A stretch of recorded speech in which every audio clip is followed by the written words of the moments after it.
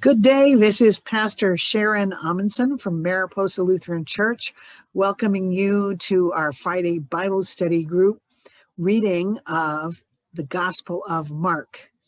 If you want an introduction to our church, our Friday group, and the Gospel of Mark itself, please go back to chapter 1 and listen to the first 4 minutes. But having heard it now a couple times myself, I decided that you don't need to hear it every time we start a new chapter. So listen and wait, and the next chapter was about to begin. Is the Gospel of Mark, chapter 2.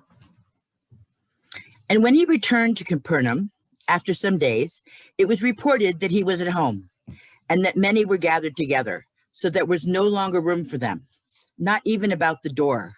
And he was preaching the word to them. And they came, bringing to him a paralytic, carried by 4 men. And when they could not get near him because of the crowd, they removed the roof above him.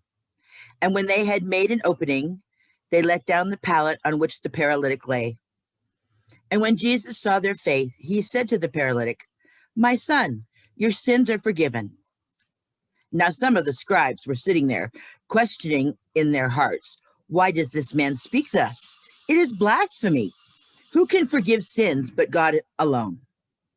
And immediately Jesus, perceiving in his spirit that they thus questioned within themselves, said to them, "Why do you question thus in your hearts? Which is easier, to say to the paralytic, 'Your sins are forgiven,' or to say, 'Rise, take up your pallet and walk'? But that you may know that the Son of Man has the authority on earth to forgive sins." He said to the paralytic, "I say to you, rise, take up your pallet, and go home." And the paralytic rose and immediately stood up and took the pallet and went out before them all, so that they were all amazed and glorified God, saying, "We never saw anything like this." He went out again besides the sea, and all the crowd gathered about him, and he taught them. And as he passed on, he saw Levi, the son of, I didn't ask the fearless leader, how do you say this? Aphilaus? Go ahead. Sitting at the tax office, and he said to him, "Follow me." And he rose and followed him. And as he sat at the table in his house, many tax collectors and sinners were seated with Jesus and his disciples. For there were many who followed him. And the scribes of the Pharisees, when they saw that he was eating with sinners and tax collectors, said to his disciples, "Why does he eat with tax collectors and sinners?"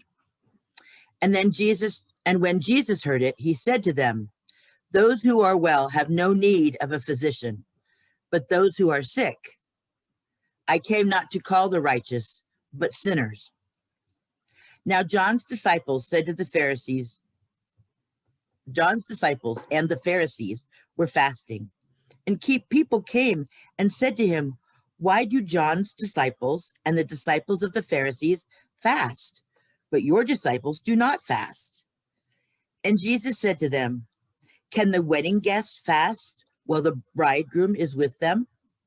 As long as they have the bridegroom with them, they cannot fast. The days will come when the bridegroom is taken away from them, and then they will fast on that day. No one sews a piece of unshrunk cloth on an old garment. If he does, the patch tears away from it, the new from the old, and a worse tear is made. And no one puts new wine in old wineskins. If he does, the wine will burst the skins, and the wine is lost, and so are the skins. But the new wine is for the fresh skins." One Sabbath he was going through the grain fields, and as they made their way, his disciples began to pluck ears of grain. And the Pharisees said to him, "Look, why are they doing that? It is not lawful on the Sabbath." And he said to them, "Have you never read what David did when he was in need and he was hungry, and those who were with him, how he entered the house of God when Abiathar was the high priest, and ate the bread of presence, which is not lawful for any but the priest to eat, and also give it to those who were with him? And he said to them, the Sabbath was made for man, not man for the Sabbath. And so the Son of Man is Lord even of the Sabbath. That was Mark 2.